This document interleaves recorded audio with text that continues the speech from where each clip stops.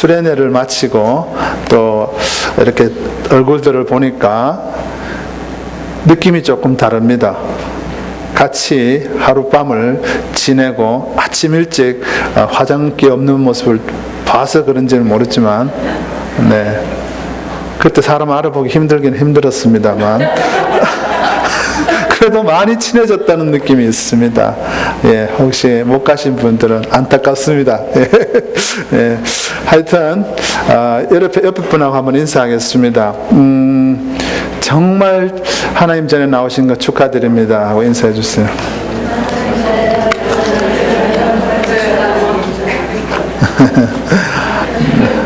예. 오늘 말씀은 너무 유명한 말씀이라서 뭐 길게 설명할 필요는 없을 것 같습니다. 오병이어, 성경에 그 단어 자체는 없지만 떡 5덩이와 물고기 2마리로 예수님께서 많은 군중을 먹이신 그런 기적의 사건입니다. 혹시 말씀이 익숙지 않은 분을 위해서 잠깐 요약을 하자면, 예수님께서 어느 날 설교를 열심히 하고 계셨습니다. 광야에서. 그러니까 일반 주민들이 살지 않는 동네 바깥에서, 마을에서 좀 떨어진 곳에서 열심히 말씀을 전하고 계셨습니다. 그런데 사람들이 너무 말씀이 좋아서 따라다니다 보니까 시간이 많이 흐른 것도 몰랐고 배가 고픈 줄도 모르다가 이제는 더 이상 참을 수 없을 만큼 배고프게 됐습니다. 그래서 예수님께서 그들 보니까 불쌍해서 먹이고 싶으셨습니다. 그래서 제자들을 불러서 시험을 하셨습니다.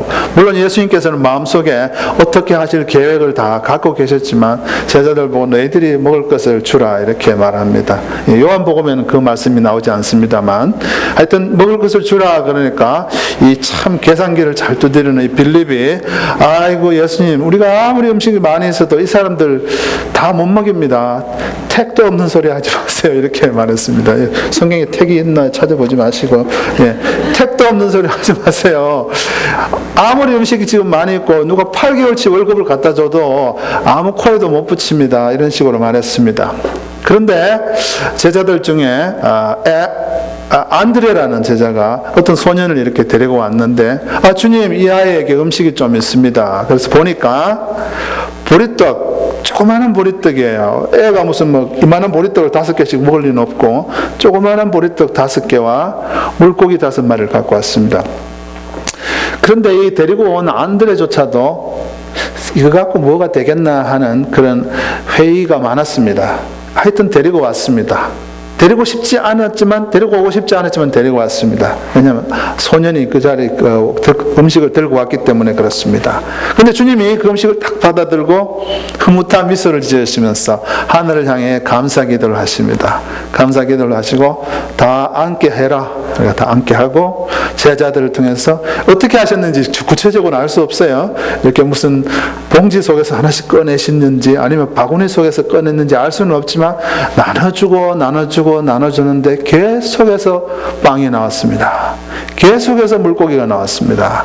그래서 거짓말처럼 정말 5,000명, 남자만 5,000명, 성인만 5,000명, 그러니까 총수는 그보다 더 많죠. 그분들이 다 배불리 먹고 만족함을 얻은 사건입니다. 그런데 오늘 제 설교는 예수님의 그 능력에 대해서 알고자 하는 설교가 아닙니다. 예수님의 능력은 그런 설교는 많이 했고, 또 예수님이 어떤 분이신가를 나타내기 위해서, 예수님이 내가 생명의 떡으로 왔다는 것을 말해주기 위해서 생명의 떡으로 사람을 먹이시고, 주님이 하나님의 아들이라는 것을 증거하기 위해서 이런 기적을 행하셨다는 사실은 많이 설교를 했기 때문에 오늘은 좀 더 다른 데 포커스를 들고 설교를 하고자 합니다. 오늘의 설교 포커스는 바로 이 조그마한 꼬마 아이입니다. 성경에 이 꼬마의 이름이 나오지 않습니다. 김똘똘인지 박개똥인지 안 나와 있습니다. 그리고 나이도 안 나와 있습니다. 그냥 어리다는 거. 유대인 옛날 풍습에서 어리다면 분명히 13살 미만입니다. 10살일 수도 있고 12살일 수도 있습니다. 혹은 9살일 수도 있습니다. 그리고 알 수 있는 것이 이 아이가 가난한 집 아이였다는 것입니다. 어떻게 아느냐 하면 갖고 온 음식을 보면 알 수 있습니다. 일단 떡도 보리떡입니다. 지금은 웰빙 음식이라고 해서 보리떡을 일부러 돈 주고 사 먹겠지만은 옛날에 보리떡은 가난한 집 아이들의 몫이었습니다. 그리고 그 물고기도 원어로 보면 옵사리아라고 이렇게 되어 있습니다. 그게 뭐냐면 손가락 크기만한 조그만한 물고기였습니다. 조금 멸치보다 조금 큰 종류. 예. 멸치 다시물 해먹는 고멸치보다 조금 더 큰 멸치 종류. 그런 종류의 아주 작은 물고기였습니다. 즉 상품 될 만한 것들은 못 사 먹습니다. 그 정도로 가난한 집 아이였습니다. 그런데 이 가난하고 어린 아이가 한 일이 너무나도 놀랍습니다. 그 아이가 한 일이 가격으로 매길 수 없을 정도로 놀라운 일이었습니다. 어른들도 하지 못한 일, 부자들도 하지 못한 일을 이 아이가 해냅니다. 그날 이 아이가 자기 이 음식을 포기하지 않았다면 그 기적은 없었을 것이고, 우리도 성경에서 그 기적에 대한 이야기를 읽을 수 없을지도 모릅니다. 그날 이 아이가 자기가 배고픔을 참지 않았다면, 자기가 앞으로 쫄쫄 굶을 것을 각오하지 않았다면 많은 사람들이 그날 쫄쫄 굶고 집에 가다가 쓰러졌을 수도 있습니다. 사실 말이 나서 말이지, 예수님을 딱 제외하고 나면 이 아이가 그 기적을 일으킨 장본인입니다. 그 자리에 부잣집 사람도 많았을 거고 정말 나이 든 사람도 많았는데 왜 하필 이 꼬마에게서 이런 기적이 나타났고 예수님이 그 아이의 도시락을 사용했을까요? 주님이 우리에게 주시는 교훈은 무엇일까요? 제가 설교의 메인 본문에 들어가기 전에 여러분에게 질문을 한 3가지 정도 드리고자 합니다. 스스로 자신에게 한번 속으로 대답해 보시기 바랍니다. 첫째, 여러분은 몇 살이십니까? 그리고 둘째, 여러분은 얼마나 갖고 계십니까? 마지막 질문, 과연 여러분은 이 꼬마아이보다 예수님을 더 기쁘시게 하며 살고 계십니까? 자, 그러면 우리 꼬마에게서 무엇을 배워야 할지 구체적으로 한번 살펴보겠습니다. 첫째로 이 꼬마아이는 아이였음에도 불구하고 영적으로 홀로 서기를 할 줄 아는 아이였습니다.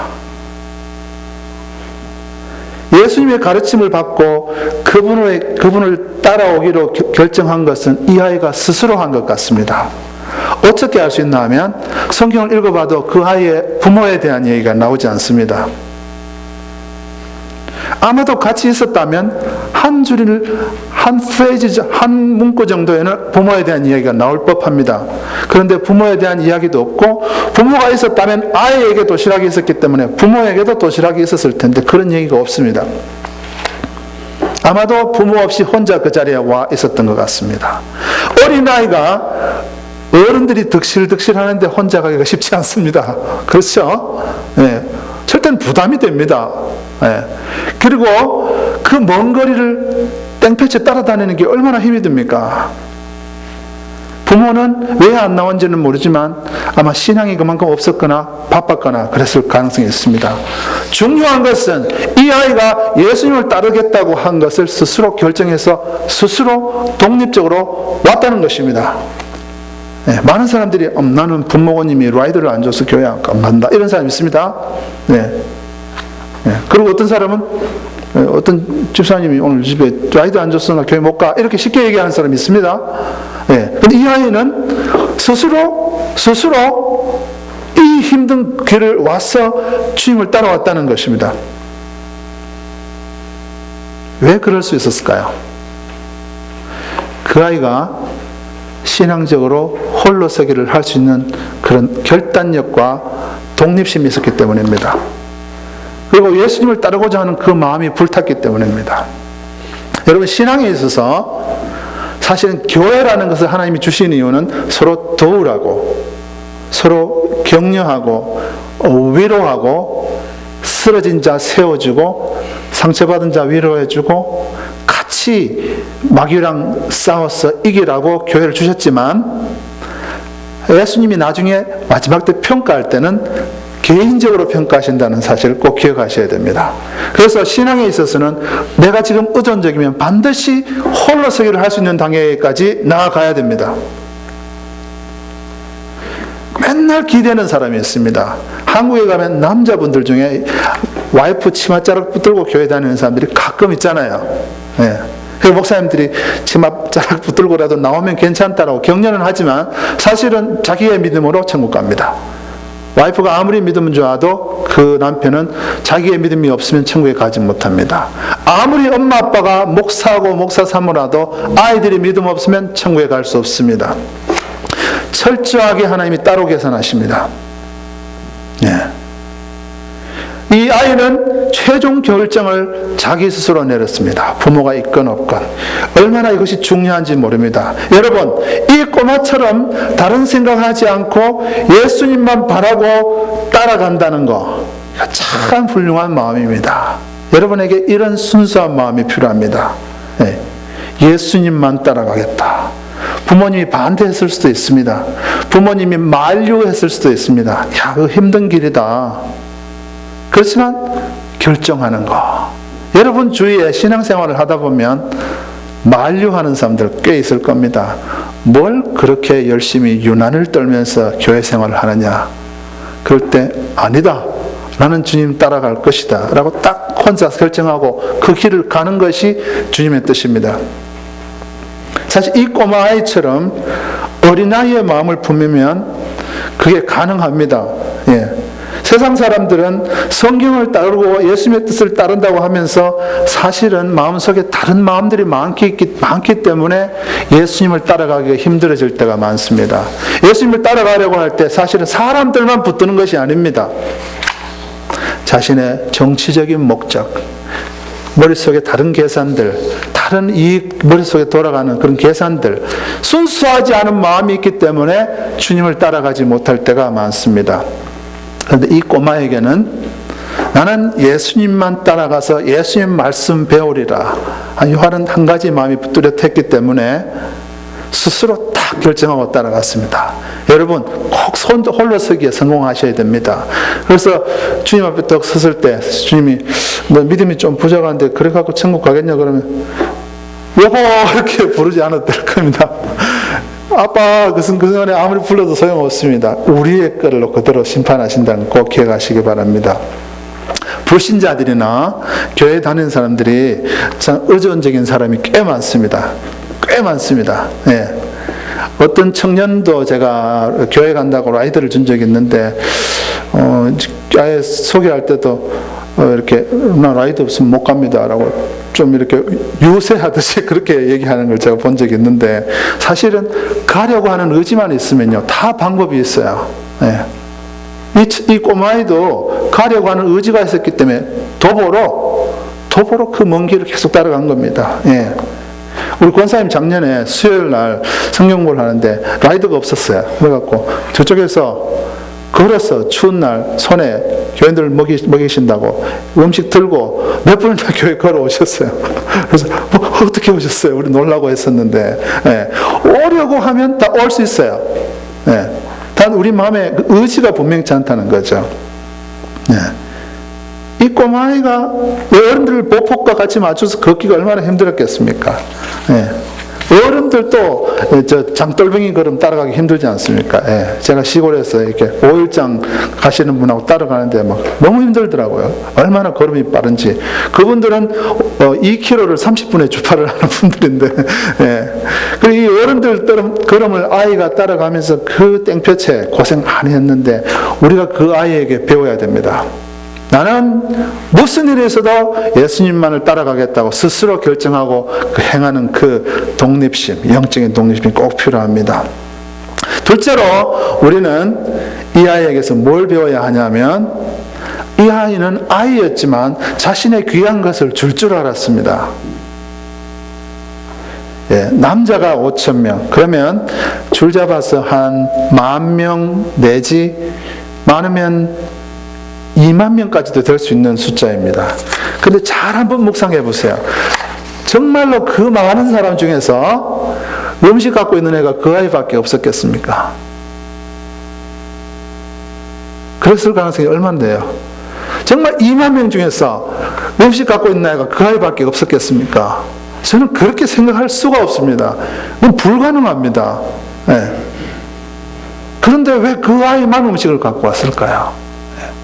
그냥 그 아이만 예수님을 위해서 희생하는 마음이 있었기 때문입니다. 제자들이 나가서 음식 있는 사람 손 들어보세요 하니까 다들 옷 밑에 숨깁니다. 가방 속에 지퍼를 다시 한번 찬 겁니다. 이거 뺏기면 나도 못 먹고 딴 사람도 못 먹는다. 이게 보통 사람의 마음입니다.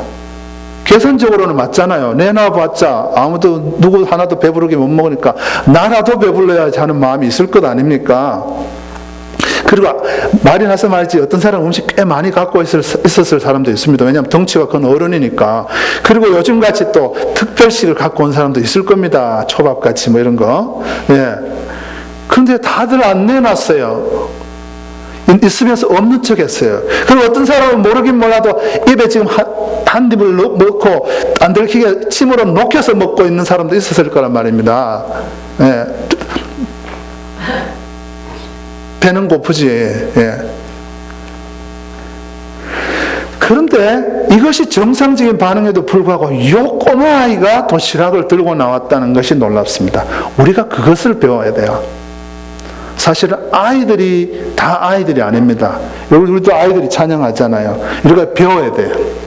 이 아이들은 이 예배를 하기 위해서 적어도 30분 일찍 나와서 연습을 합니다. 근데 어른들이 이 아이들보다 못해서 되겠습니까? 가장 귀한 것, 나의 가장 귀한 것이 무엇입니까? 때로는 시간이잖아요. 좀 더 쉬고 싶은 마음, 예. 그 아이들보다 나아야 돼. 예. 이 극한 상황 속에서 아이가 얼마나 배가 고팠겠습니까? 아이고 세상에. 어떤 사람이 정말 사람이 좋은데 농담으로 그러더라고요. 너 화내 본 적 있냐? 그러니까 아니 누가 음식만 안 뺏어가면 화 안 내. 그런 사람이 있었던데 그만큼 자기가 배고플 때 음식 뺏어가면 그것만큼 힘든 것이 없어요. 근데 이 아이가 꼬마가 이렇게 했다는 거죠. 근데 안드레가 이 아이를 예수께로 데리고 왔을 때 안드레조차도 주님 이거 갖고 되겠습니까? 라는 말을 했습니다. 그 말은 안드레가 스스로 열심히 음식을 찾아내서 갖고 온 것이 아니라는 얘기입니다. 이 아이가 예수님 바로 옆에 앉아 있다가 어이구 들켰네 이것도 아닙니다.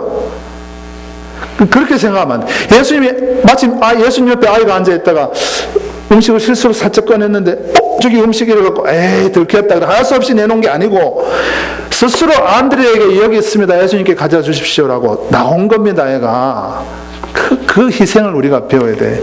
때때로는 나이 20살 이상 어른들이 이 아이들보다 못할 때가 있어요. 이제 유진이 우리 마스코트, 우리 교회 마스코트 유진이가 어느 날 밥을 먹고 있길래 제가 목사님 밥 좀 줘 그러니까 그때 배가 고플 때였어요. 싫어! 이렇게 뺏으려고 하니까 탁 밀더라고. 근데 나중에 배가 부르니까 이렇게 주더라고요. 예. 그러니까 애들은 배가 불러야 주지. 이 배고픈 상태에서는 주기 힘듭니다. 예. 그런데 여러분 남을 위한 희생이 내가 넉넉하고 편안하고 그럴 때 하는 것은 아직 아기 같은 희생이에요. 내가 궁핍할 때 남한테 좀 나눠줄 수 있어야 돼. 내가 힘들 때 지금 두통이 있고 피곤하고 어떻게 보면 여러 가지로 세상에 시달렸고 짜증나고 할 때 그래도 남을 위해서 조금 더 희생할 수 있다면 그것을 주님이 원하신다 이거죠. 예. 이 꼬마가 오늘 그 교훈을 우리에게 주는 것입니다. 예. 요즘 교회 성도들은 많잖아요 세상에. 근데 정말 희생하고 십자가 지르는 교인도 많지만 그냥 십자가가 뭐지? 그게 뭐야? 십자가는 예수님만 지는 거 아닌가? 하고 그냥 교회는 그냥 나와서 은혜만 받는다는 개념만 갖고 교회 다니시는 분이 상당히 많습니다. 근데 이 개념이 목회자들한테도 있습니다. 목회자들도 교회를 고를 때 보험은 해주나? 그다음에 보험료는 얼마나 주나? 이런 거 있잖아요. 혜택 받는 것만 챙기면서 교회를 선택하는 목사들이 없지 않아 있는 것 같아요. 평신도들도 교회 고를 때, 거기 가면, 이 사람하고 어울리면 좋겠다. 내가 가서 이런 은혜 받고 이런 거 받을 것만 생각하면서 교회를 고르는 사람이 없지 않아 있는 것 같아요. 근데, 은혜 받는 것은 참 중요하잖아요. 내가 먼저 채워져야 남에게 줄 수 있으니까. 근데 조금 더 높이 생각해야 돼. 이 아이처럼 주는 것을 생각해야 돼요. 그게 바로 그리스도인의 삶이기 때문이에요. 내가 이 교회에 가면 나를 통해서 은혜를 받을 사람이 있는가? 즉, 내가 나를 통해 주님이 일할 일터가 될 만한 사람이 있는가? 이거를 살피는 것이 중요합니다. 전부 다 잘난 사람이고 전부 다 풍족한 사람이면 내가 할 게 없잖아요. 그죠? 전부 다 은혜가 풍성한 사람이면 사실은 그런 교회는 어떻게 보면 내가 필요 없을 수도 있어요. 그러나 조금 약한 사람들, 좀 아픈 사람들, 영적으로 좀 부족한 사람들이 있으면 나를 통해서 저 사람에게 주님의 은혜가 흘러갈 수 있다면 그곳이 내가 있어야 될 곳인지도 모르는 것입니다. 이런 기준을 갖고 교회를 고르는 사람이 생각보다 많지 않습니다. 세상 모든 성도들이 다 이런 기준만 가진다면 막 교회가 다 천국이 될 것 같아요. 예. 여러분 꼬마아이가 한 10명만 했어도 그 교회는 잘 돌아갈 것 같아요. 예. 얼마 전에 전 교회에서 가끔 이제 교회를 문의하는 전화를 받거든요. 얼마 전에 한 통의 전화가 왔는데 뭐 다짜고짜로 다른 제가 하는 질문은 대답도 안 하고 그 교회 한국 학교 있습니까? 이런 질문을 하시더라고요. 예. 그래서 한국 학교 없다 그러니까 바로 안녕히 계세요 그러더라고요. 그래서 약간 무례해서 기분이 안 좋았던 것도 있지만 그보다 더 제가 기분이 안 좋았던 이유는 요즘 성도들이 내가 하나님께 더 예배를 잘 들을 수 있는가 뭐 이런 데에 대한 관심보다는 교회 와서 우리 아이들 한국말 교육 제대로 시킬 수 있는가 뭐 이런 쪽에 너무 포커스가 있는 것 같다 이거죠. 교회에 와서 은혜 받는 거 좋아요. 그러나 내가 은혜를 줄 수 있는 부분이 있는가를 꼭 생각해야 돼요. 그것이 성숙한 그리스도인 꼬마에게 배워야 될 겁니다. 예, 전도사님 분의 수련회 메시지 중에 교회는 병원과도 같다 그런 말을 하셨어요. 예, 교회는 병원과도 같은 것이에요. 병원에는 의사도 있고 간호원도 있고 뭐 직원들도 있고 또 뭐 보일러공 전기기술자도 있고 그리고 환자들이 있잖아요. 근데 환자만 많은 교회는 사실 조금 힘들기는 힘들어요. 전부 아프고 맨날 나 치료 안 해주나 뭐 아파요 나 죽겠어요 뭐 전부 그러면 교인들끼리 서로 찌지고 뽑고 싸우게 되는 겁니다. 왜냐면 다 아프다고 받으려고만 하니까 사랑. 예. 그러면 교회가 힘들어요. 그래서 저는 기도하기를 이 교회의 환자와 의사의 비율이 좀 잘 배합이 되도록 그렇게 기도합니다. 왜냐하면 교회는 의사만 있어서도 안 돼요. 그러면 의사가 놀아야 돼요. 그런데 세상과는 달리 교회는 의사와 환자의 구분이 분명치 않는 게 정상이에요. 무슨 말인가 하면 잘 들으세요. 목사가 여러분 의사의 역할만 할 것 같죠? 그렇지 않습니다. 목사도 때때로 환자일 때가 있습니다. 여러분도 나는 약하니까 환자만 될 거야. 절대 그렇지 않습니다. 여러분이 의사의 역할을 할 수가 있어요. 예, 영어로는 wounded healer라는 말이 있습니다. 예수님 보고 하는 말인데 상처 입은 치료자란 말입니다. 예수님이 너무나도 약한 모습을 오셨지만 그 약한 인간의 모습을 입고 오신 예수님께서 수많은 사람들을 치료하지 않았습니까? 그래서 우리는 오늘은 환자였다가 기도 많이 해서 조금 더 풍성해지면 내일은 남을 돌볼 수 있는 사람이 되고 이걸 계속하면서 남을 돌볼 수 있도록 자꾸 자라가는 겁니다. 예, 자라가는 거예요. 제가 그래서 성도들한테 기도받는 걸 좋아해요. 성도들이 저만 쳐다보고 있는 것 같으면 그만큼 부담되는 게 없거든요. 전부 목사님 코 닦아줘요 그러고 있어봐요. 얼마나 힘들겠는가. 근데 성도들이 저를 위해서 기도하는 걸 혹시 실수로 봤다 칩시다. 그러면 그게 너무 힘이 되는 겁니다. 왜냐하면 저도 환자 같은 부분이 있기 때문이죠. 약자 같은 부분이.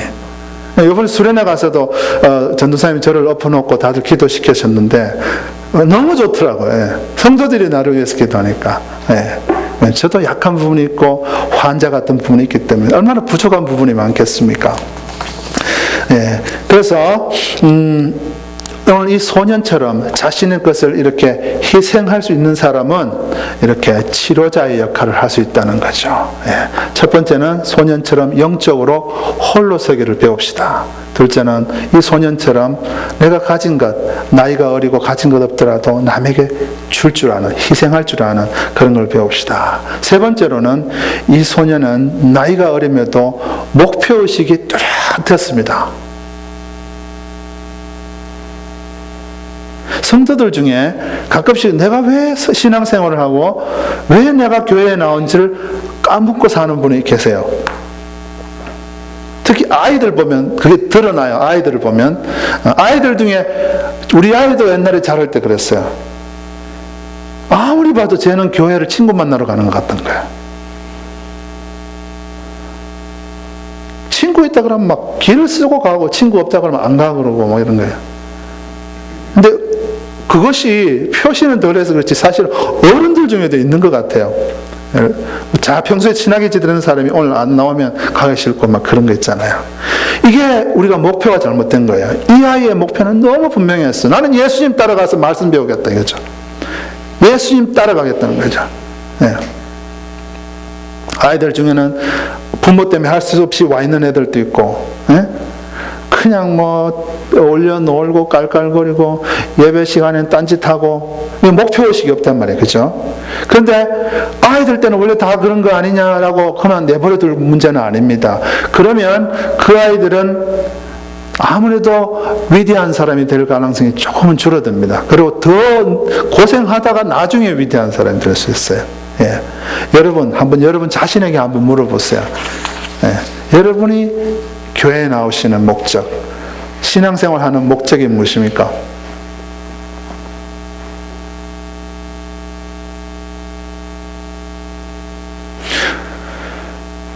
친한 사람이 없으면 교회 가기 불편하시죠?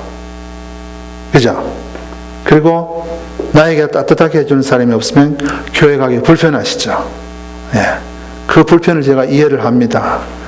하지만 교회 가는 목적이 하나님을 따르는 게 목적이라면, 예수님을 따라가는, 예수님의 제자가 되는 게 목적이라면 내가 받는 것도 중요하지만 때로는 내가 그 자리에 서서 다른 사람에게 사랑을 베푸는 것도 중요합니다.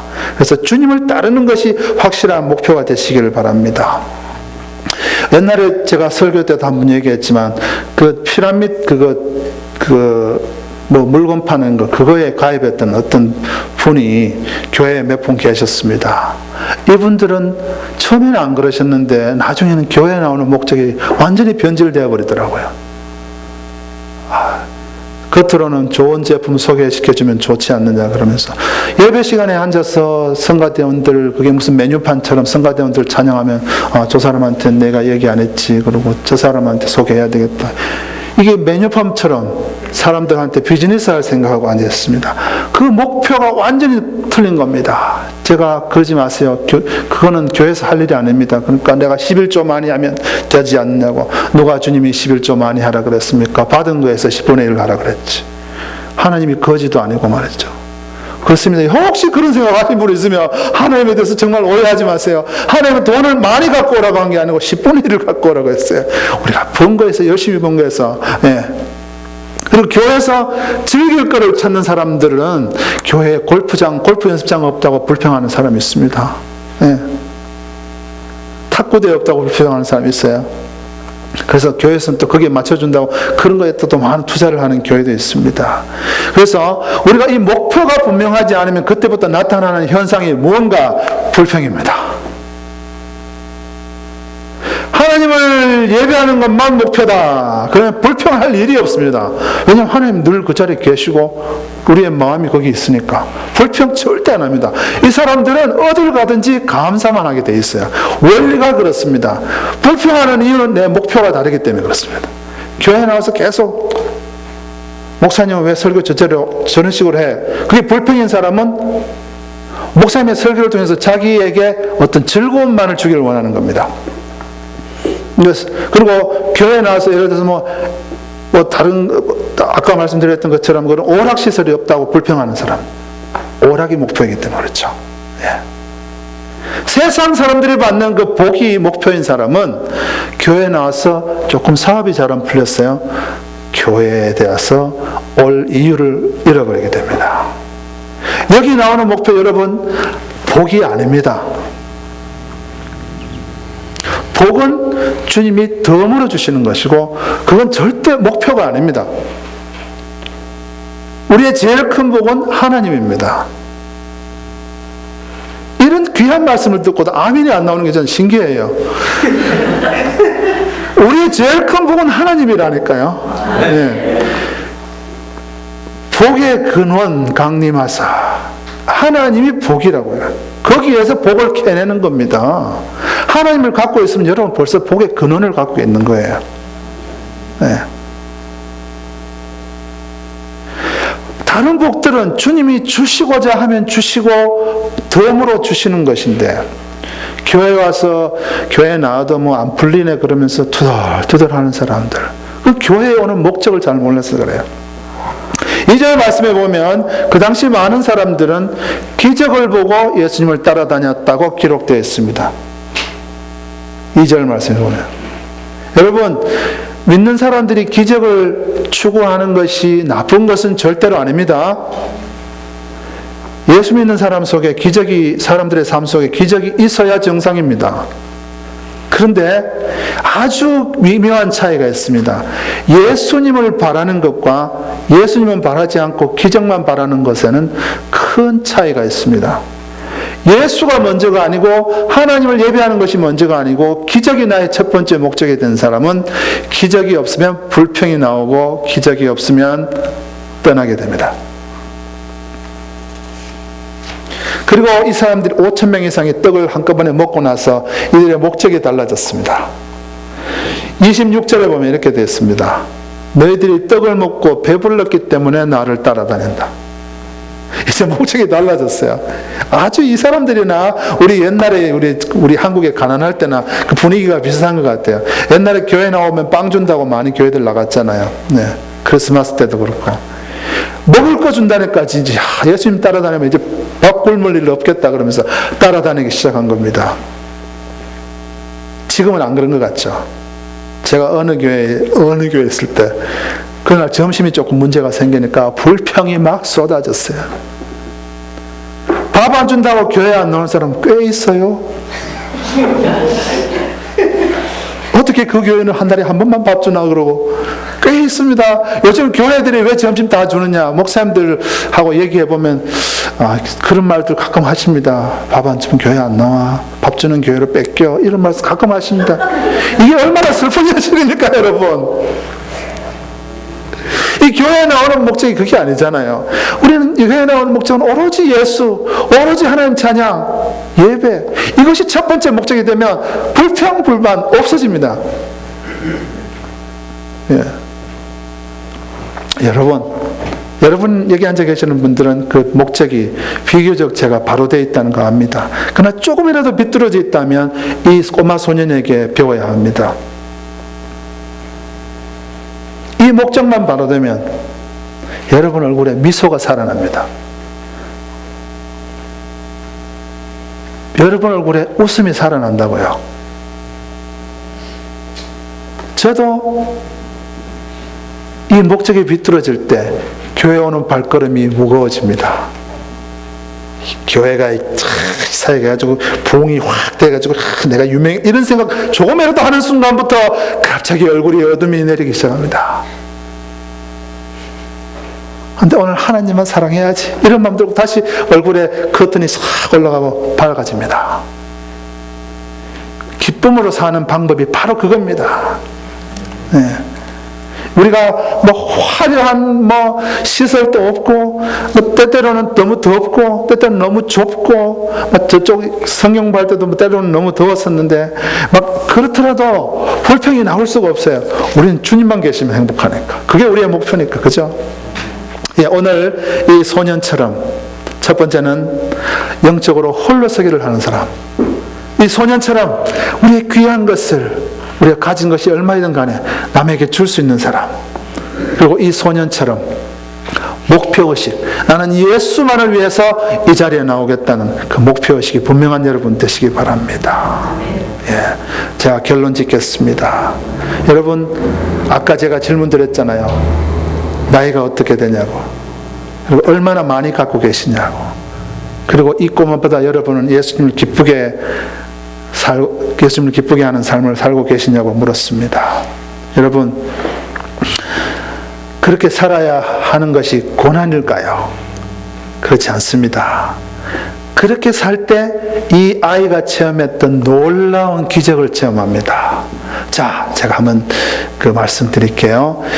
이 아이가 2만 명이라는 군중 속에서 예수님 앞에 도시락을 들고 나왔습니다. 그런데 저 뒤에 앉은 사람은 이것이 기적인 줄 모릅니다. 왜 모르느냐? 그냥 꺼내면 나오는 줄 압니다. 이 안에 원래 많이 들어있었겠지라고 생각합니다. 하지만 이 꼬마는 남들이 다 뭐라 그래도 떡 5개와 물고기 2마리에서 주님이 이 기적을 행했다는 것을, 목에 칼이 들어와도 그것이 사실이라는 것을 믿을 수밖에 없습니다. 자기 눈으로 목도했고 자기 도시락인 걸 알기 때문에 그렇습니다. 바로 이 꼬마처럼 사는 사람은 이 기적이 현실이 되고 이 불타는 이 기쁨이 이 기적을 통해서 늘 자기 것이 될 수밖에 없습니다. 여러분, 이 꼬마에게 배웠어. 영적으로 홀로서기 남문을 위해서 귀한 것 희생하고 예수만을 예배하였다는 그 목표를 늘 가슴속에 되새기는, 그래서 이 기적을 생생하게 체험하는 여러분 되시기를 예수 이름으로 축원합니다. 아멘. 예, 기도하겠습니다.